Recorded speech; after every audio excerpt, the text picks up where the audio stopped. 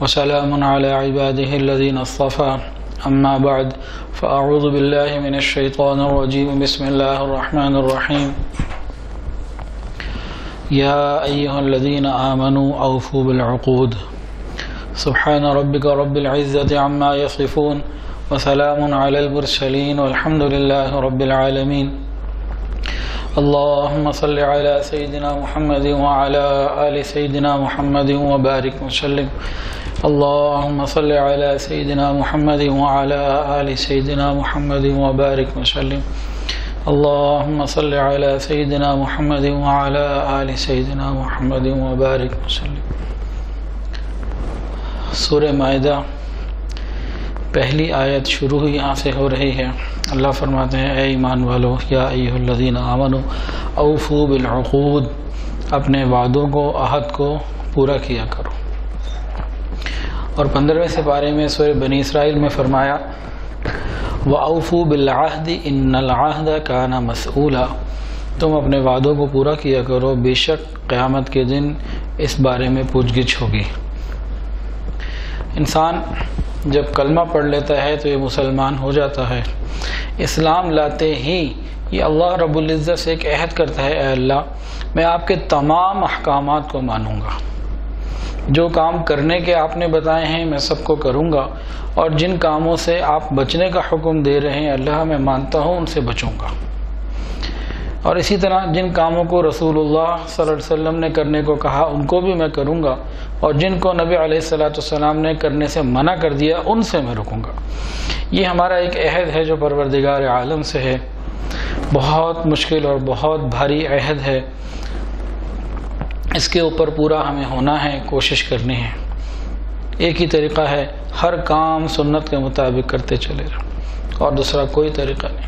زندگی کے تمام کام سنت کے مطابق کرتے چلے جائیں۔ ہمیں اپنی زندگی میں کیا کام کرنا ہے؟ دوڑ دوڑ کے نیکیاں کرنی ہیں اور چن چن کر اپنی زندگی سے گناہوں کو نکالنا ہے، بس یہ دو کام ہیں۔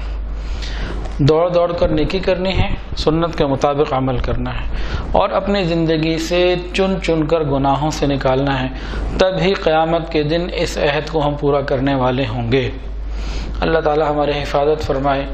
اللہ تعالیٰ کے ساتھ بھی عہد ہے، نبی علیہ السلام کے ساتھ امتی ہونے کی حیثیت سے ایک تعلق ہے، اس کو نبھانا ہے، اور ہم عام ایک دوسرے سے جو وعدے کرتے ہیں معاہدے کرتے ہیں ان کو پورا کرنے کا بھی اسی کے اندر حکم۔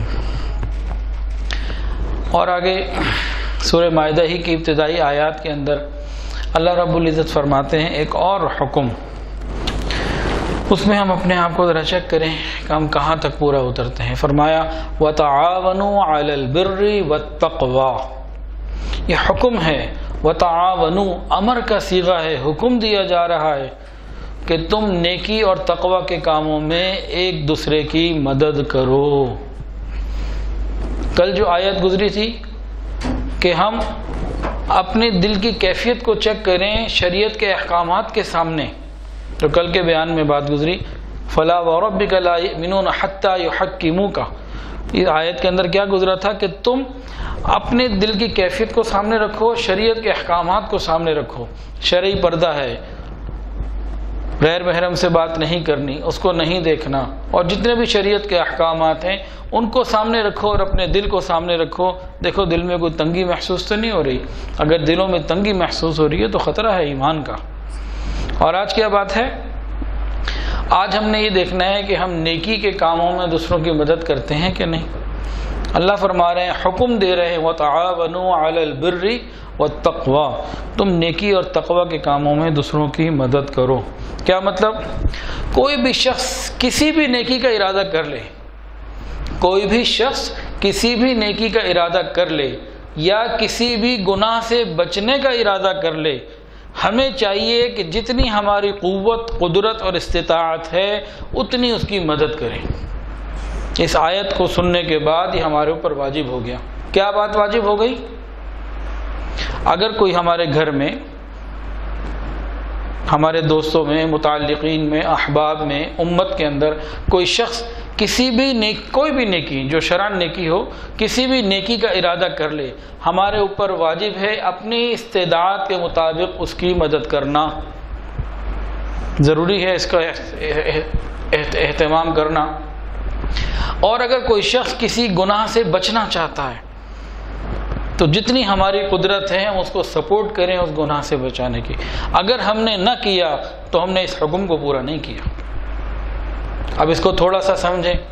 گھر کے اندر اگر بہو کہے مجھے شرعی پردہ کرنا ہے، پھر دیکھیں نا گھر کے اندر فساد کیسے مچتے ہیں. یہ کیسے ہو سکتا ہے؟ نام تمہارا فاطمہ ہے، تم بیوی فاطمہ والا پردہ کر لو. یہ نہیں ہو سکتا. ساسوں سے لڑ پڑتے ہیں. کچھ دن پہلے اسی ہمارے شہر لاہور کے اندر ایک واقعہ ہوا. انا للہ و انا الیہ راجعون. ایک میاں نے اپنی بیوی کو یہ کہہ کر طلاق دے دی کہ تم میرے بھائیوں سے پردہ نہیں کر سکتی. بیوی عالمہ، اس نے کہا قرآن کا حکم میں نے زندگی بھر یہی پڑھا، یہی پڑھایا، مدرسے میں پڑھاتی ہوں. اس نے کہا اگر تم نے میرے بھائیوں سے، اپنے دیور اور جٹھانی سے پردہ کرنا ہے تم باہر نکلو یہاں سے. ہمارا حال تو یہ ہو چکا. حکم کیا ہے قرآن کے اندر کہ تم نیکی کے کاموں میں مدد کرو، کوئی گناہ سے بچنا چاہتا ہے اس کی مدد کرو. ہم تو الٹا کام کر رہے ہیں. جتنے بھی احکامات ہیں اس میں ہمیں بہت غور کرنے کی ضرورت ہے. کوئی شخص علم دین حاصل کرنا چاہتا ہو، اب ہمارے گھر کی مستورات چاہتی ہیں کہ بھئی ہم دین کا علم حاصل کریں. کتنے گھر کے مرد ہیں جو رکاوٹ بنتے ہیں. کیا ضرورت ہے؟ اس کا کیا فائدہ؟ اس کی کیا ضرورت؟ اہمیت ہی نہیں محسوس کرتے. کوئی شخص مسجد بنانے لگے، کوئی شخص مدرسہ بنانا لگے، یا کوئی بھی ویلفیئر کا کام، کوئی بھی ایسا کام جو امت کی خیر خواہی کا ہو، لوگوں کے لیے خیر خواہی کا ہو. ہمیں چاہیے کہ جتنی ہماری استعداد ہے ہم اتنی اس کی مدد کریں. یہ نہیں کہہ رہے کہ ایک آدمی نے مدرسہ بنانا ہے یا مسجد بنانی ہے ہم ساری مسجد ہی بنائیں اس کی. بھئی جتنی کر سکتے ہیں اتنی تو کریں، کچھ حصہ تو ڈالیں. کچھ نہیں کر سکتے اس کے لیے دعائے خیر تو کر سکتے ہیں. راتوں کو تہجد میں اٹھ کے اللہ سے مانگ تو سکتے ہیں اللہ کام تو مجھے دین کا کرنا چاہیے تھا، مجھے خود اپنے جان مال وقت کو لگانا چاہیے تھا، میں اپنی کمزوری سے نہ لگا سکا. وہ لگا رہا ہے، وہ محنت کر رہا ہے، اللہ اس کی محنت کو قبول کر لے، اس کے لیے مدد فرما. یہ تو کر سکتے ہیں نا. اس میں تو کوئی پیسہ خرچ نہیں ہوتا. بجائے ہم یہ کرنے کے الٹا رکاوٹیں ڈالتے ہیں.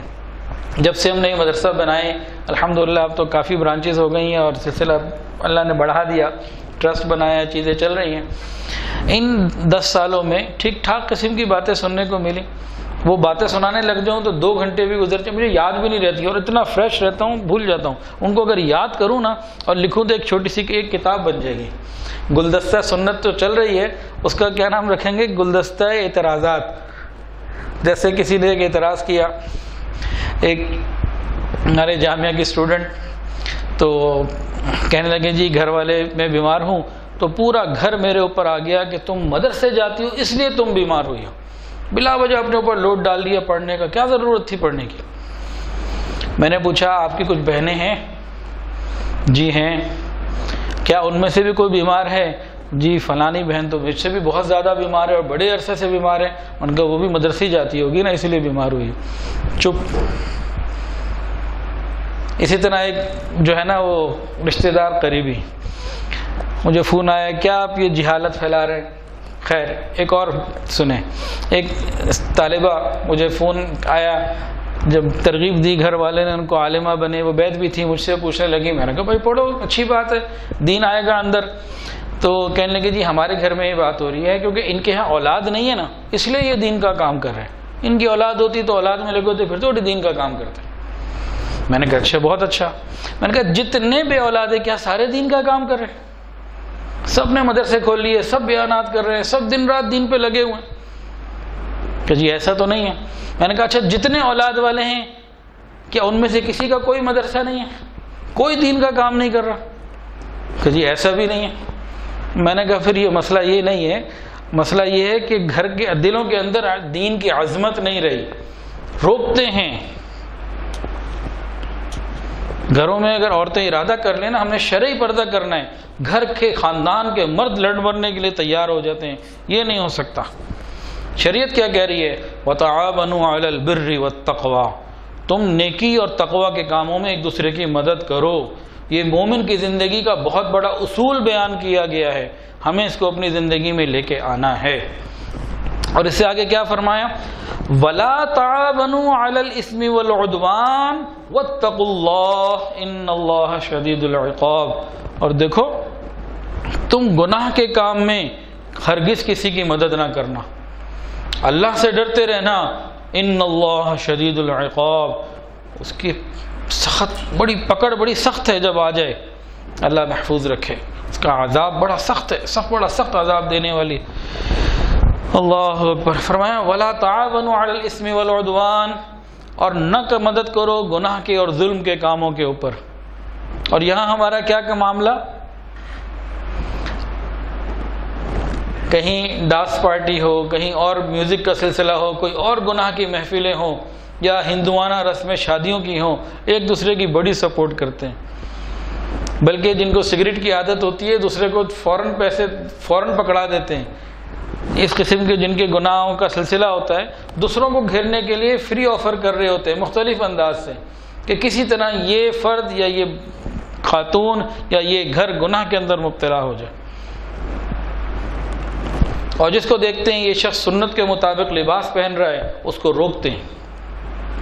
ایک صاحب بیت ہیں ماشاءاللہ، جاب کرتے ہیں آفس میں، اللہ کی شان ایک دن وہ دفتر میں جانے لگے تو ان کو جناب نوٹس مل گیا کہ آپ قمیض شلوار میں آتے ہیں، اب ہمارا یہ قانون بن گیا ہے، آپ پینٹ شرٹ میں آ سکتے ہیں تو ٹھیک ہے، نہیں تو ریزائن دے دیجئے۔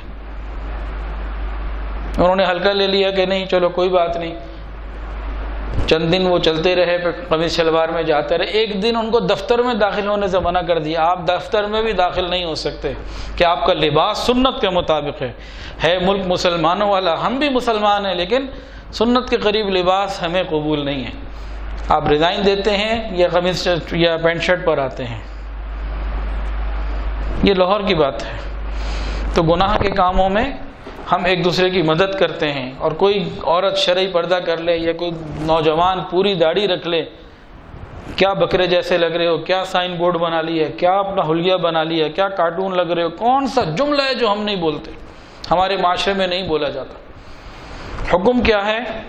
وَلَا تَعَاوَنُوا عَلَى الْإِثْمِ وَالْعُدْوَانِ، گناہ اور ظلم میں کسی کی مدد مت کرنا، یہ اللہ تعالیٰ فرما رہے ہیں۔ وَاتَّقُوا اللَّهَ، مجھ سے ڈرتے رہنا، إِنَّ اللَّهَ شَدِيدُ الْعِقَابِ۔ پوری بات سمجھا دی، اللہ تعالیٰ اس حکم پر ہمیں عمل کرنے کی توفیق عطا فرمائے۔ دونوں حکم کیا بنے؟ کہ نیکی اور تقوی میں دوسروں کی ہم مدد کریں، اور گناہ کے کاموں میں کسی کی ہم مدد نہ کریں۔ اب کسی کو غلط سفارش کے ذریعے آگے بھیج دینا، گناہ والی جگہوں پہ آگے پروموٹ کرنا، یہ سب ہم اس میں شریک ہو جائیں گے۔ اللہ تعالیٰ ہماری حفاظت فرمائے۔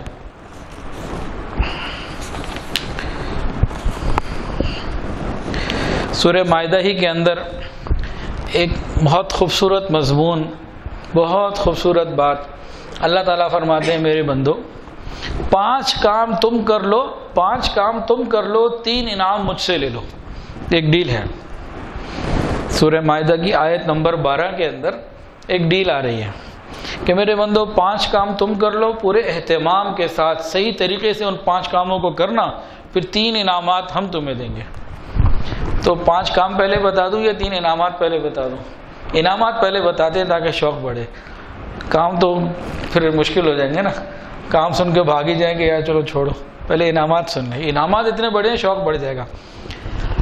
کیا فرمایا 3 انعام؟ وقال اللہ انی معکم، میرے بندوں میں تمہارا ہو جاؤں گا، تمہارے ساتھ ہو جاؤں گا، دنیا میں بھی تمہارے ساتھ اور ہر جگہ تمہارے ساتھ۔ تم آسمان کی بلندیوں پہ چلے جاؤ، زمین کی پستیوں پہ چلے جاؤ، سمندر کی گہرائیوں میں چلے جاؤ، تم کہیں چلے جاؤ میرے بندوں میں تمہارے ساتھ ہوں گا۔ تم دنیا سے جاؤ گے قبر میں بھی میری معیت تمہیں ملے گی، میرا ساتھ تمہارے ساتھ ہوگا۔ تم محشر کے میدان میں ہوگے، وہاں بھی میرے ساتھ ہوگے، پھر جنت میں تمہیں اپنے قریب میں جگہ بھی دوں گا۔ وقال اللہ انی معکم، میں پکا تمہارا ہو جاؤں گا، تمہارے ساتھ ہو جاؤں گا۔ پہلا انعام، کتنا بڑا انعام ہے، جس کے ساتھ اللہ ہو جائے اس کے مزے ہو گئے۔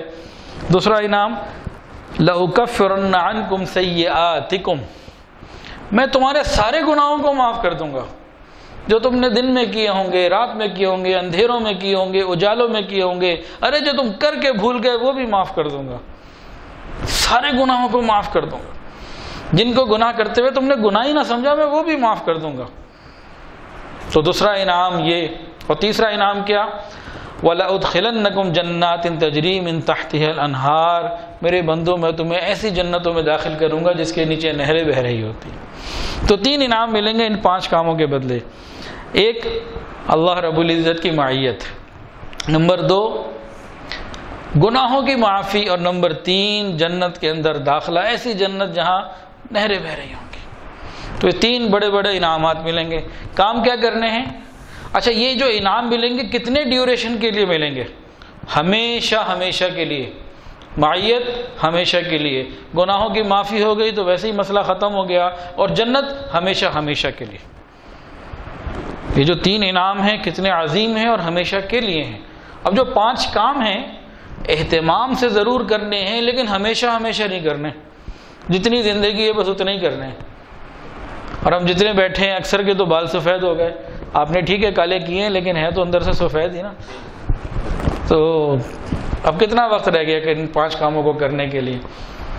تو 5 کام کون سے ہیں ذرا غور کیجئے۔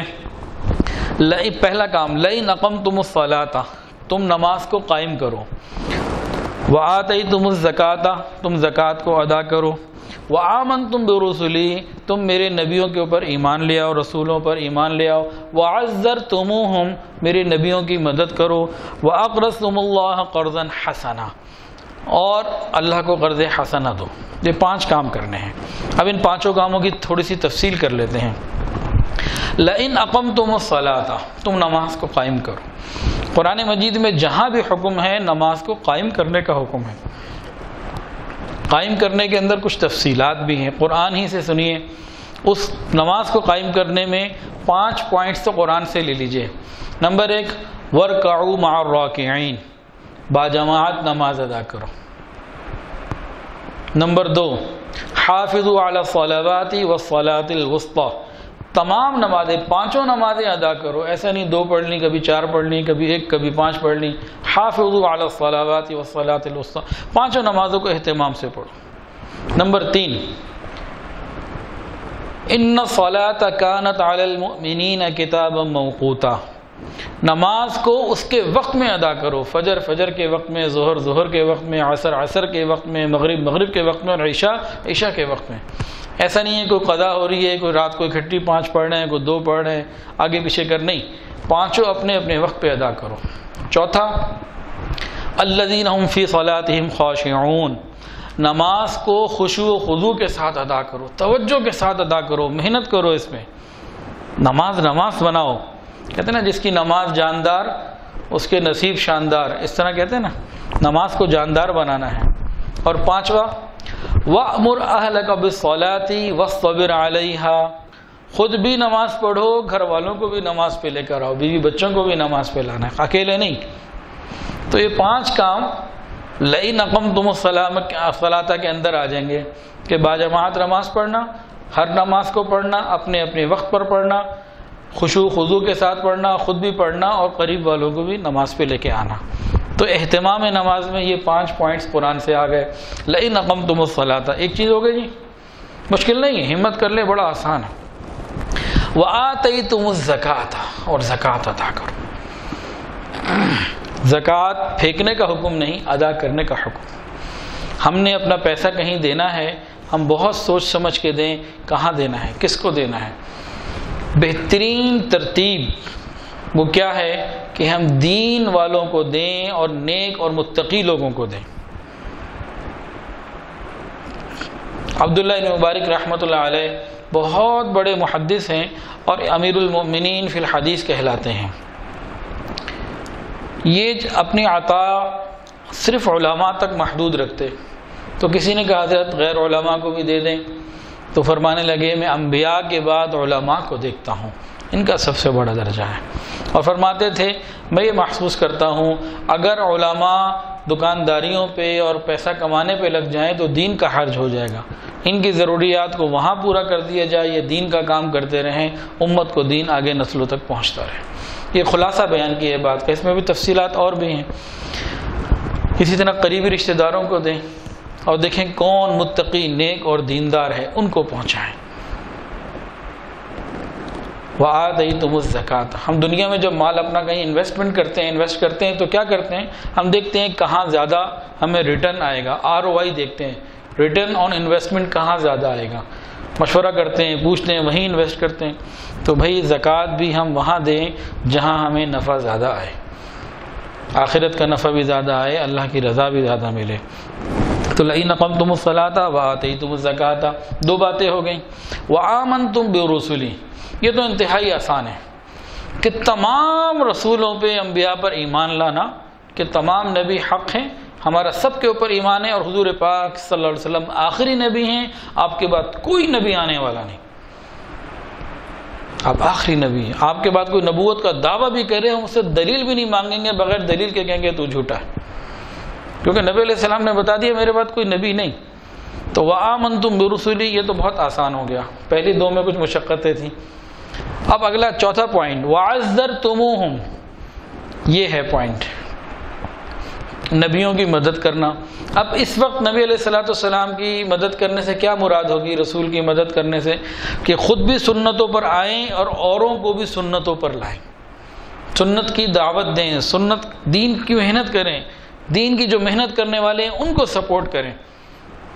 وعزرتموہم، نبی علیہ الصلوۃ والسلام کے دین کو، سنتوں کو اپنے عمل میں لائیں اور آگے پہنچائیں، دین کی محنت کریں۔ وعزرتموہم، چار باتیں ہو گئیں۔ چند دن پہلے اتباع سنت کا ایک فارمولہ بتایا تھا، اس کو خلاصہ سا بتا دیتا ہوں مختصر کر کے۔ ہم اگر چاہتے ہیں ہماری پوری زندگی سنت پر آ جائے تو بہت آسان، ہم صبح سے شام تک کے اپنے سارے کاموں کو نوٹ کر لیں، کون کون سے کام ہیں، 10 15 20 کام بنیں گے، اس سے زیادہ نہیں۔ ٹوائلٹ 5 دفعہ جاتے ہیں تو یہ ایک کام کہلائے گا، کھانا 6 دفعہ کھاتے ہیں، 2 دفعہ کھاتے ہیں، 7 دفعہ کھاتے ہیں، یہ ایک کہلائے گا۔ اپنے سارے کاموں کی لسٹ بنا لیں، اس کے بعد ہر کام کو معلوم کر لیں، اس کی سنت کیا ہے، اس کی سنت کیا ہے، اس کام کی سنت کیا۔ چند ہی ہفتوں میں ان 15 20 کاموں کو ہم سنت کے مطابق سیکھ سکتے ہیں، ہماری روزمرہ کی زندگی سنت پر آ گئی۔ کچھ کام ہفتے ہوتے ہیں، کچھ مہینے ہوتے ہیں، کچھ سال میں 2 دفعہ، جیسے عیدیں آتی ہیں، جیسے رمضان 1 دفعہ، جو کچھ کام بعد میں دیر سے آتے ہیں ان کو جب جب وہ کام آئے اس کی سنت معلوم کرتے جائیں، زندگی سنت پر آ گئی۔ کوئی ضروری نہیں 8 سال کے لیے جا کے جامعہ شرفیہ میں داخل ہو جائیں، اس کے بعد پھر 2 سال مفتی بنے، پھر جا کے پتہ لگے۔ بھائی جو ہمارے کام ہیں ان کو ہم اپنے پیپر پہ لے لیں اور اس کے بعد ایک ایک کر کے اس کی سنت معلوم کر لیں، ہماری زندگی سنت پر آ گئی، وعزرتموہم ہو جائے گا۔ اور 5ویں بات، وَأَقْرَضْتُمُ اللَّهَ قَرْضًا حَسَنًا، اور اللہ تعالیٰ کو قرض حسنہ دینا۔ کیا مطلب؟ زکوٰۃ تو فرض اور واجب ہے، وہ تو دینی ہی دینی ہے، اس کے علاوہ بھی اللہ کے راستے میں مال خرچ کرو، رشتہ داروں پر خرچ کرو۔ دیکھو کہاں ضرورت ہے، اپنے مال کو لگاؤ اس سے پہلے کہ موت آ جائے اور پھر موقع نہ رہے۔ تو 3 انعامات ہیں، کہاں 5 کاموں پہ انعامات کیا تھے جی، یاد ہے؟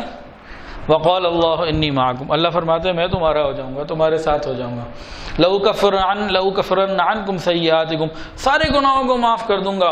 وَلَأُدْخِلَنَّكُمْ جَنَّاتٍ تَجْرِي مِن تَحْتِهَا الْأَنْهَارُ، جنتوں میں داخل کر دوں گا۔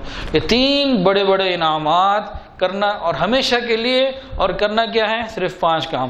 لَئِنْ أَقَمْتُمُ الصَّلَاةَ وَآتَيْتُمُ الزَّكَاةَ وَآمَنْتُمْ بِرُسُلِي وَعَزَّرْتُمُوهُمْ وَأَقْرَضْتُمُ اللَّهَ قَرْضًا حَسَنًا، نماز کو قائم کرنا، زکوٰۃ کو ادا کرنا، انبیاء کے اوپر ایمان لانا، اور ان کی نبی علیہ الصلوۃ والسلام کی دین کی محنت کرنا، اور اللہ کے راستے میں مال خرچ کرنا، جس کے پاس جتنی وسعت ہو۔ اللہ تعالیٰ سے دعا ہے اللہ تعالیٰ ہمیں ان باتوں پر عمل کرنے کی توفیق عطا فرمائے۔ وآخر دعوانا ان الحمد للہ رب العالمین۔ دعا کر لیجیے۔ الحمد للہ رب العالمین، وصلی اللہ علی النبی الامی الکریم۔ ربنا ظلمنا انفسنا وان لم تغفر لنا وترحمنا لنكونن من الخاسرین۔ اللہ ہم آپ کے عاجز مسکین بندے ہیں، اللہ ظاہر میں بندے، حقیقت میں نہایت ہی گندے ہیں۔ یا اللہ ہمارے دلوں کی گندگیوں کو دور فرما، ہمارے سینوں کو اپنے نور سے منور فرما، ہمارے دلوں کو اپنی یاد سے آباد فرما، اللہ سینوں کو اپنی محبت سے لبریز فرما، خطاؤں سے درگزر فرما، عیبوں کی پردہ پوشی فرما، اللہ اپنی رحمتوں کی پشت پناہی نصیب فرما۔ رب کریم ہم سب کے صغیرہ کبیرہ گناہوں کو معاف فرما، اللہ روزوں اور تراویح کو قبول فرما، قرآن پڑھنے پڑھانے کو، سننے سنانے کو قبول فرما۔ یا اللہ سخاوت جو آج کل ہم لوگ جو لوگ بھی اللہ کے راستے میں خرچ کریں، اللہ سب کو قبول فرما، سب کے دیے کو قبول فرما، ہم سب پر اپنی خصوصی رحمت کا معاملہ فرما۔ اللہ جو صاحب اولاد ہیں ان کی اولادوں کو نیکوکار فرما، والدین کی آنکھوں کی ٹھنڈک بنا، متقیوں کا امام بنا۔ اللہ اولاد کی خوشیاں عطا فرما، اولاد کے غموں سے محفوظ فرما۔ رب کریم جو نرینہ اولاد کے طالب ہیں اپنی رحمت سے انہیں نیک نرینہ صالح اولاد عطا فرما۔ اللہ جن کے گھروں میں جوان بچے بچیاں موجود ہیں قدردان رشتے عطا فرما، والدین کے لیے فرائض نبھانے آسان فرما۔ جو اپنی اولاد کی شادیاں کر چکے ہیں اولادوں کو گھروں میں خوشگوار ازدواجی زندگیاں نصیب فرما۔ رب کریم حاسد کے حسد سے محفوظ فرما، شریر کے شر سے محفوظ فرما، برا چاہنے والوں کی برائی سے محفوظ فرما، دوستی کے رنگ میں دشمنی کرنے والوں سے محفوظ فرما۔ میرے مولا دوستی کے رنگ میں دشمنی کرنے والوں سے محفوظ فرما۔ یا اللہ موبائل اور انٹرنیٹ کے جائز استعمال تک محدود رہنے کی توفیق عطا فرما، ان کے ناجائز غلط اور مشتبہ استعمال سے ہماری اور ہماری اولادوں کی اور پوری امت کی حفاظت فرما۔ رب کریم جو مانگا عطا فرما، جو مانگنا چاہیے تھا نہیں مانگ پائے وہ بھی عطا فرما۔ رب کریم اپنی شان کے مطابق عطا فرما۔ اللہ بہت سارے لوگوں نے دعاؤں کے لیے کہا اور جو کہنا چاہتے تھے نہیں کہہ پائے، اور وہ لوگ جن کا حق ہے کہ ان کے لیے دعائیں کرتے رہا کریں۔ رب کریم سب کے لیے خیر کے فیصلے فرما۔ رب کریم ہمارے ادارے الکہف ایجوکیشنل ٹرسٹ کو قبول فرما، جو اس کی ضروریات ہیں اپنے غیب کے خزانوں سے عطا فرما، جو معاونین ہیں انہیں اپنے مقربین میں شامل فرما۔ رب کریم ہمیں عافیت اور خیر کے ساتھ دین کا کام کرنے کی توفیق عطا فرما، آسانی اور سہولت کے ساتھ دین کے لیے قبول فرما۔ اللہ کسی آزمائش اور تنگی کے قابل ہی نہیں، اللہ عافیت اور خیر کے ساتھ ہم سے دین کا کام لے لیجئے اور قبول فرما لیجئے۔ وصلی اللہ تعالی علی خیر خلقہ سیدنا محمد وعلی آلہ واصحابہ واہل بیتہ اجمعین، آمین۔